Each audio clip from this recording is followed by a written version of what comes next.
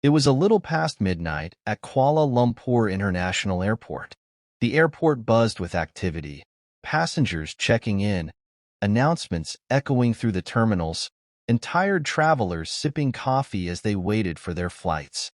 At Gate C1, passengers of Malaysia Airlines Flight MH370 were preparing to board. It was a routine red-eye flight from Kuala Lumpur to Beijing, expected to take just under 6 hours.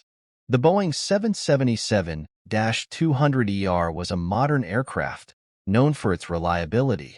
The crew was experienced, led by Captain Zahari Ahmad Shah, a veteran with over 18,000 hours of flight experience.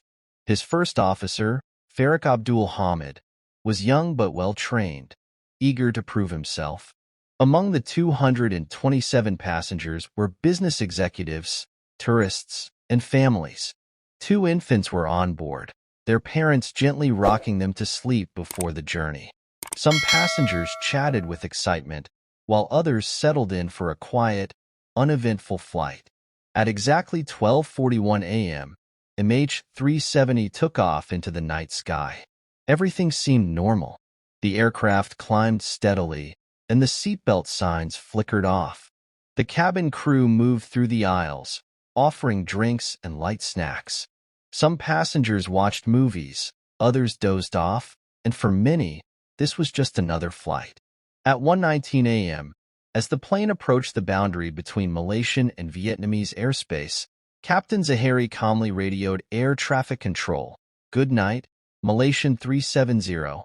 It was the last communication ever received from the flight. 2 minutes later, at 1:21 a.m., MH370 vanished from radar. There was no distress call, no emergency signal. One moment, the plane was there, then it was gone.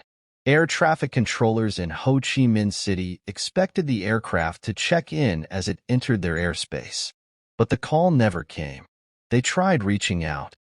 Other nearby aircraft were asked to attempt contact. At first, controllers assumed there had been a simple communication issue. Perhaps the radio had malfunctioned. But as minutes turned to hours, unease turned into full-blown panic. The plane was no longer responding, and worse, it was no longer visible on civilian radar. As dawn broke, reality set in.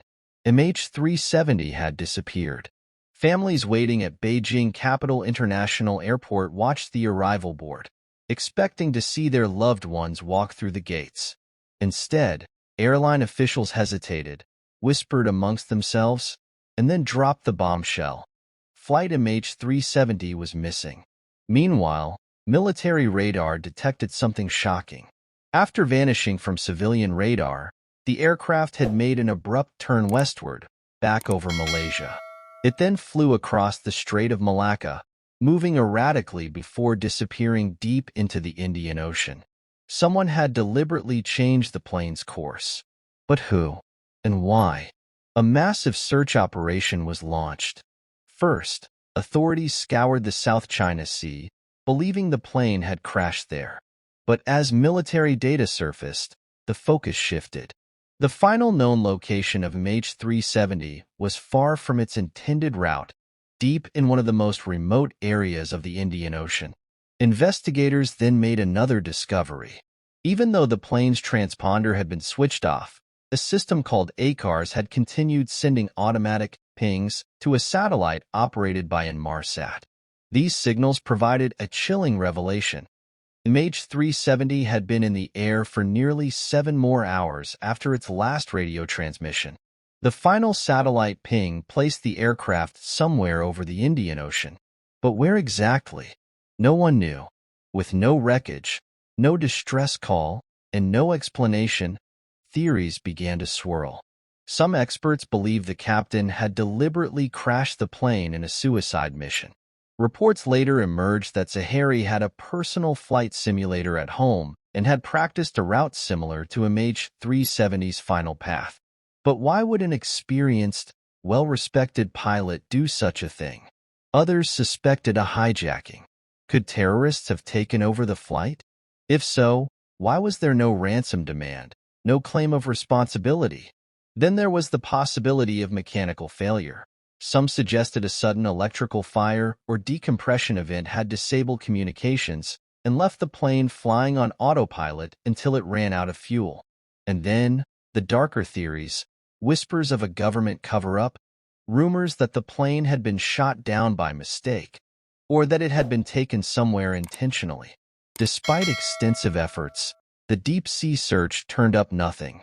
Investigators scoured 120,000 square kilometers of ocean using advanced sonar and deep-sea drones. Days turned into weeks, weeks into months, and still, there was no sign of the aircraft. Then, in 2015, a breakthrough. On the shores of Réunion Island, a piece of an airplane wing washed up. It was confirmed to be from MH370. Over the next few years, more debris was found in Madagascar, Mozambique, and Tanzania. But the main wreckage, the fuselage, the black box, and the remains of the passengers, was never located.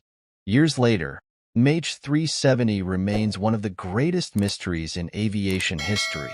Why did it turn west? Who switched off the transponder?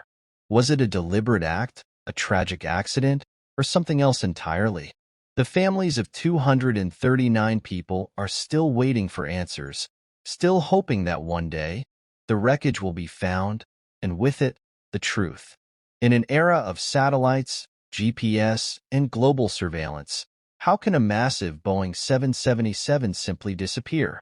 It is a question that continues to haunt the world. Perhaps, one day, the mystery will be solved. But until then, Flight MH370 remains a ghost ship, lost in time.